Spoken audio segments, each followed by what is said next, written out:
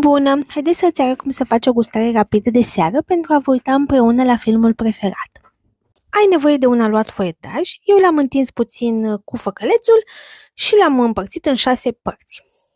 Am pus apoi brânză pe fiecare parte. Eu am pus un mix de brânzeturi rase, voi puteți pune mozzarella sau altă brânză care se topește la cuptor. Aveți apoi nevoie de cremvuși sau cârnați. Eu am folosit cremvuști de pui și am pus câte unul pe fiecare bucată. Am împăturit apoi cu jumătate din aluat și am uns apoi cu ou bătut colțurile pentru a le putea lipi și a nu se dezipi la cuptor. După acest pas, am lipit și a doua bucată de aluat peste și am format niște pachetele cu cremvuști. Dacă ai ajuns până aici, îți mulțumesc și nu uita să dai like acestui video și follow pentru mai multe rețete și idei din bucătăria mea. Am uns apoi fiecare pachetel cu ou bătut și am condimentat cu sare și piper. Voi puteți pune deasupra și mac sau susan, eu nu am avut la momentul acela.